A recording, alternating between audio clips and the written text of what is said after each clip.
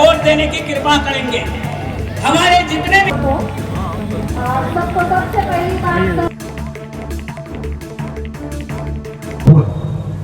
क्या कहता था, संविधान खतरे में है, लेकिन अपने दिल पे हाथ रख के पूछो, थोड़ा सा दिमाग पे जोर डालो तो आपको पता चलेगा कि संविधान की लड़ाई नहीं लड़ते हैं, इनका खानदान खतरे में है, उसकी लड़ाई लड़ते हैं। संविधान खतरे में नहीं है, खानदान खतरे में है। जो हमारी महिलाएं रोजगार करना चाहती हैं, उनके खाते में डायरेक्ट 10,000 रुपया जाएगा, जो बिहार सरकार 7.5 हजारों विद्यार्थी यहाँ से गुजरात में जाकर मदरसा में पढ़ने का काम करते हैं। क्या वहाँ कोई दिक्कत हुआ? लेकिन ये जो इंडिया गठबंधन के लोग हैं, ये सिर्फ आपके बीच जाते हैं और कहते हैं कि देख, मुसलमान इबादत यदि एक भी हो तो बीजेपी जीते जाती है। बीते बुधवार को बारसोई पीडब्ल्यूडी मैदान में एनडीए का कार्यकर्ता सम्मेलन बड़े उत्साह और जोश के साथ संपन्न हुआ। इस अवसर पर बड़ी संख्या में कार्यकर्ताओं की मौजूदगी रही। मुख्य अतिथि के रूप में बिहार सरकार के पर्यटन मंत्री राजू सिंह, पूर्व उप मुख्यमंत्री तारकिशोर प्रसाद, विधान पार्षद अशोक अग्रवाल, पूर्व सांसद दुलाल चंद्र गोस्वामी, विधायक विनय बिहारी मुख्य रूप से उपस्थित हुए। इस कार्यक्रम में स्थानीय नेताओं के साथ सभी दल के जिला अध्यक्ष, प्रखंड अध्यक्ष एवं पंचायत अध्यक्ष और कार्यकर्ता उपस्थित रहे। बड़े नेताओं के आगमन से कार्यकर्ताओं में नया उत्साह और जोश देखने को मिला। स्थानीय नेताओं ने भी कार्यकर्ताओं को संबोधित करते हुए एकजुट होकर एनडीए को मजबूत करने का आह्वान किया। नेताओं ने इस कार्यकर्ता सम्मेलन के संबोधन में क्या कहा, देखें इस रिपोर्ट में। मैं यहाँ पे माताएं बहनों की सहभागिता को देख करके जो मातृशक्ति यहाँ पे उपस्थिति दर्ज कराई है, आज आपकी ताकत से प्रदेश ही नहीं देश इतना आगे बढ़ रहा है। अध्यक्ष महोदय से और अध्यक्ष जी ने निराकरण को स्वीकार किया, इसके लिए मैं इनको धन्यवाद देता हूँ और अपने बातों को कम समय में रखना चाहता हूँ। अभी जब मैं यहाँ पर बैठा था तो एक मैंने अपनी बेटिया को देख रहा था पुलिस के वर्दी में टहलते हुए। इतना अच्छा लगा कि आज से 30-35 साल पहले जब मैं पढ़ाई के क्रम में दुनिया के दूसरे देशों में रहा करता था,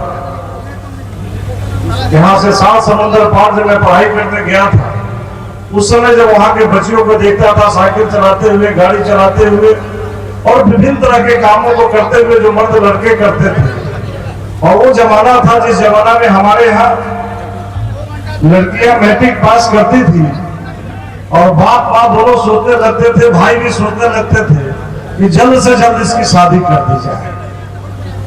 लेकिन आज क्या जमाना है, नीतीश जी के आते आते आज बिहार में जमाना बदल गया। हर माँ अपने फख्र से कहती होगी जब बेटी उसकी साइकिल चलाती है, स्कूल की ड्रेस पहन करके जब स्कूल को जाती है, तो हर माँ चाहती है कि मेरी भी बेटी पढ़ करके और केवल शादी के लिए न बने बल्कि आज की बेटियां हवाई जहाज भी चला रही है। चलाती है कि नहीं, आप लोग बताइए। ये गर्व से फर्क होता है कि नहीं? ये दिन किसका है? ये नीतीश कुमार जी का दिन है।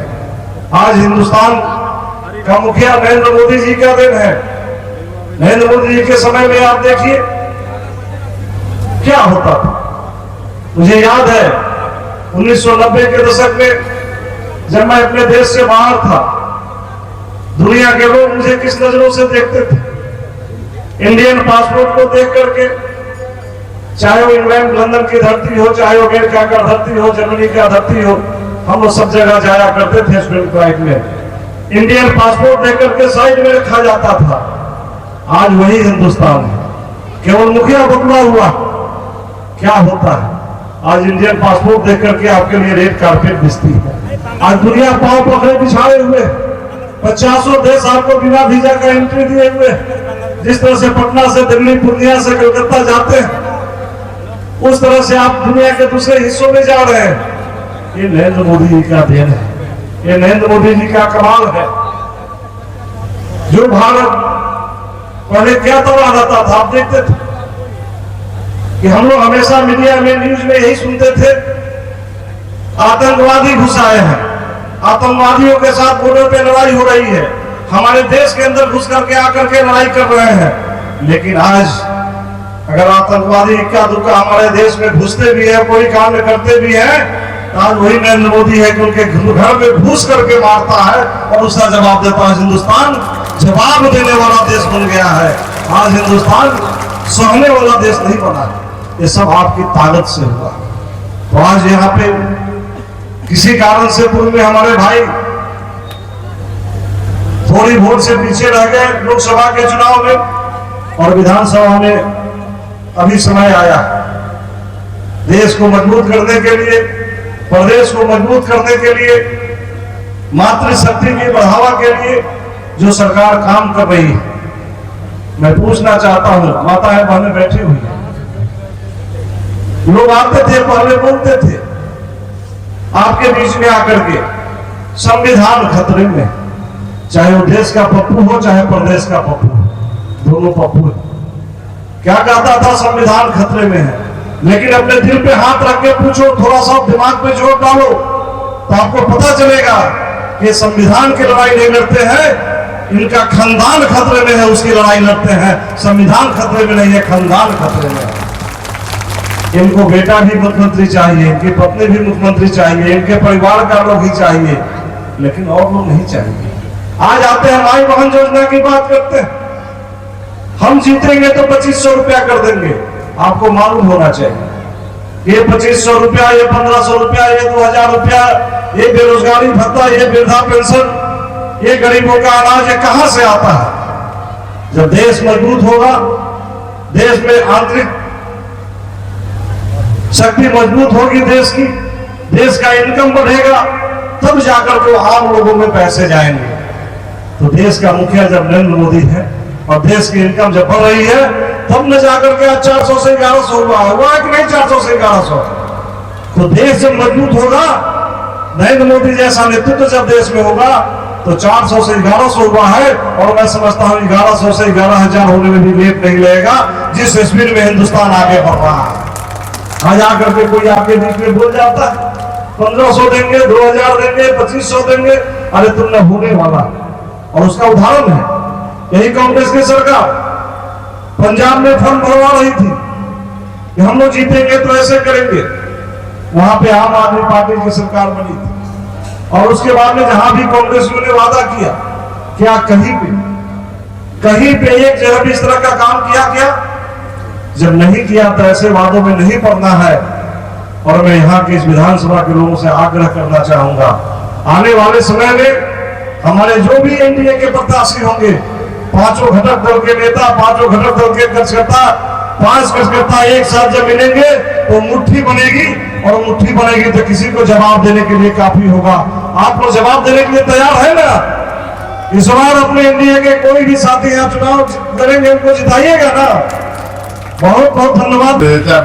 वरुण जी, यहाँ उपस्थित हमारी भारतीय जनता पार्टी के पूर्व के जिला अध्यक्ष भाई चंद्रभूषण ठाकुर जी, यहाँ उपस्थित हमारे आरएलओ के जिला अध्यक्ष उमाकांत आनंद जी, हमारे दीपक ऋषि जी जो हम के जिला अध्यक्ष हैं, और उपस्थित सम्मानित मंच, सभी यहाँ उपस्थित हमारे पंचायत वार्ड बूथ स्तर से आए हुए हमारी सभी माताएं बहनें, देवतुल कार्यकर्ता भाई बंधुगण, आज काफी खुशी की बात है कि हर जिले में, हर विधानसभा क्षेत्र में जो एनडीए कार्यकर्ता सम्मेलन हो रहा है, उसमें पांचों दल के साथी हमारे सभी यहाँ कार्यक्रम में उपस्थित हैं।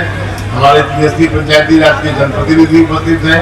आप देख रहे होंगे लगातार आदरणीय मुख्यमंत्री जी नीतीश कुमार जी 2005 से जब से मुख्यमंत्री बने तब से लगातार बिहार में जो विकास का काम हो रहा है, जो आपसे छिपा हुआ नहीं है। अभी 125 यूनिट बिजली आपको फ्री देने का काम आदरणीय मुख्यमंत्री जी ने किया है, जिससे आपके घर का बिजली का बिल अब 0 आ रहा होगा, बिजली का पेमेंट आपको नहीं करना पड़ता होगा। जो हमारे दिव्यांग भाई बहन है, विधवा बहनें हैं, जो हमारे दिव्यांग पेंशन जो मिलता था, पहले 400 रुपये महीने मिलता था, आज 1100 रुपये महीने मिल रहा है। आदरणीय मुख्यमंत्री जी 26 तारीख को 75 लाख महिलाओं के खाते में 10,000 की राशि डालने वाले हैं। जो हमारी महिलाएं रोजगार करना चाहती हैं, उनके खाते में डायरेक्ट 10,000 रुपया जाएगा। जो बिहार सरकार 7,500 करोड़ रुपये की राशि 26 तारीख को आपके खाते में डालने का काम करेगी। जो महिलाएं 6 महीने तक बढ़िया से इस पैसे से रोजगार करेंगे, उनको बाद में 2 लाख रुपया फिर उनके खाते में जाएगा। ये बहुत बड़ी योजना है। हम महिलाओं बहनों से निवेदन करते हैं कि इस योजना का लाभ लें। जो पैसा आपको मिलेगा उससे निश्चित रूप से कोई न कोई रोजगार करें, जिससे आपके घर का और आपके परिवार का भला होगा। माननीय मुख्यमंत्री जी की बहुत महत्वाकांक्षी योजना है। देश के यशस्वी प्रधानमंत्री जी लगातार देश के विकास के लिए, आपके पंचायत के विकास के लिए लगातार काम कर रहा है। प्रधानमंत्री ग्रामीण सड़कें आपके घर घर तक पहुंच चुकी है। प्रधानमंत्री पुल सैकड़ों की संख्या में बलरामपुर विधानसभा पुल बने, जो लगातार देश में विकास का काम कर रहा है। आप सभी से अनुरोध है कि जो भी विधानसभा में प्रत्याशी होंगे उनको आप अपने बूथों पर जिताने का काम करें। बहुत बहुत धन्यवाद, नमस्कार। जो है एनडीए कार्यकर्ता सम्मेलन जो है, जिसमें हम सभी आप देख ही रहे हैं जनाधार किस तरह से हमारे साथ है, और हम अपनी संख्या जो है लोक जनशक्ति पार्टी रामविलास की वहाँ पर दिखाने वाले हैं। सब एनडीए के 5 दल जो है एकजुट हम लोग मिलकर काम कर रहे हैं, और हमारे मुख्यमंत्री जी जो है उनके नेतृत्व में जो है ये चुनाव होगा, और हम लोग 2025 में 225 से हम लोग जीतेंगे, फिर से उनको मुख्यमंत्री बनाएंगे। और सबका अपना अपना जनाधार है। जिस तरह से आप जान रहे हैं हमारे नेता आदरणीय चिराग पासवान जी का जो बिहारी फर्स्ट का विजन है, उसको लेकर हम लोग आगे बढ़ रहे हैं। और उनके साथ जो है यहाँ हजारों हजार नहीं, देश भर, बिहार ही नहीं देश भर में उनका चेहरा जो है जिस तरह से चर्चित है, सब जान रहे हैं। तो उनके प्रति सभी का समर्थन है। सब कोई जनाधार अपना लेके आ रहे हैं और साथ ले रहे हैं। आखिर में आज 30 वर्ष से गुजरात में सरकार है भारतीय जनता पार्टी का, और बारसोई बलरामपुर क्षेत्र से सैकड़ों मौलवी गुजरात में जाकर मदरसा में शिक्षा देने का काम करते हैं। हजारों विद्यार्थी यहां से गुजरात में जाकर मदरसा में पढ़ने का काम करते हैं। क्या वहां कोई दिक्कत हुआ?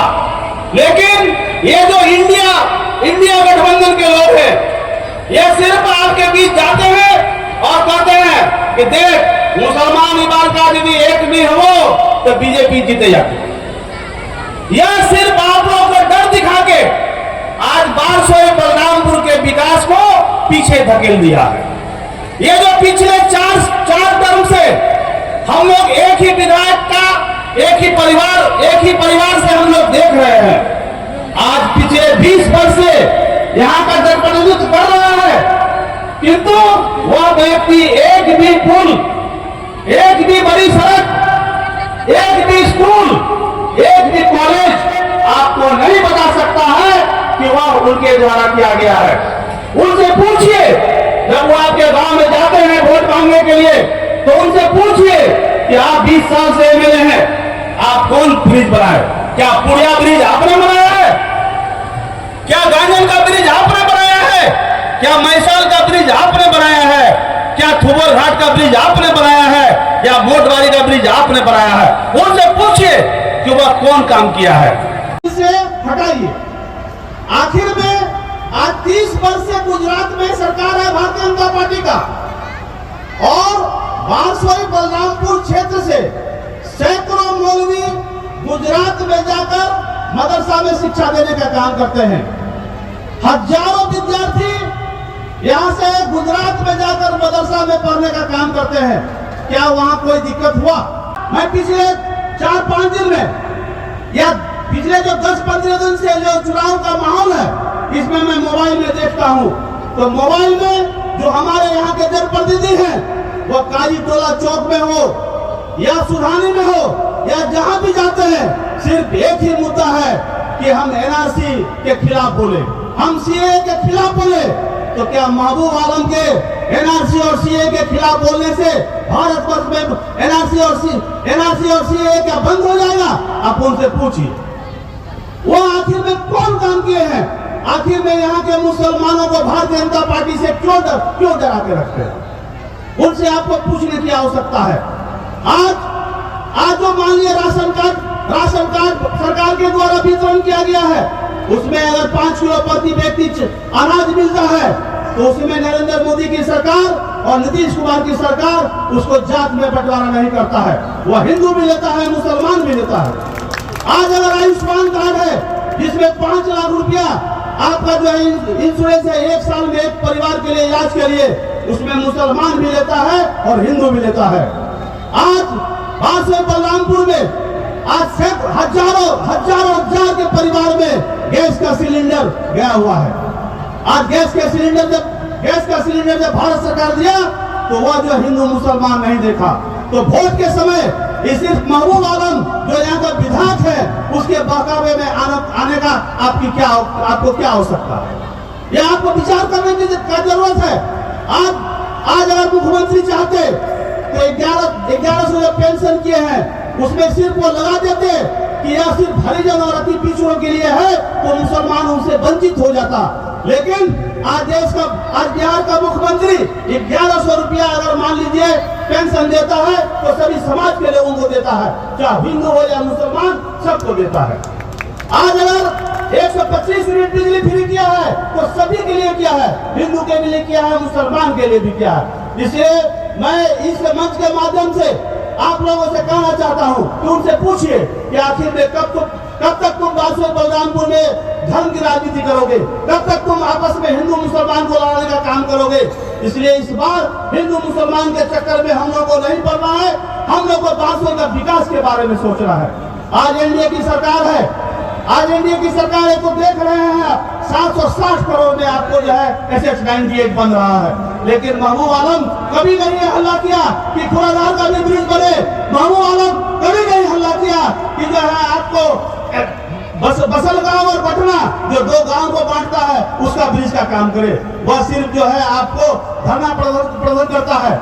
और ये जो बिजली की घटना है, बिजली की घटना में आप सारे लोग जानते हैं, अगर महबूब आलम चाहता, यहाँ का विधायक चाहता तो उस घटना को रोक सकता था।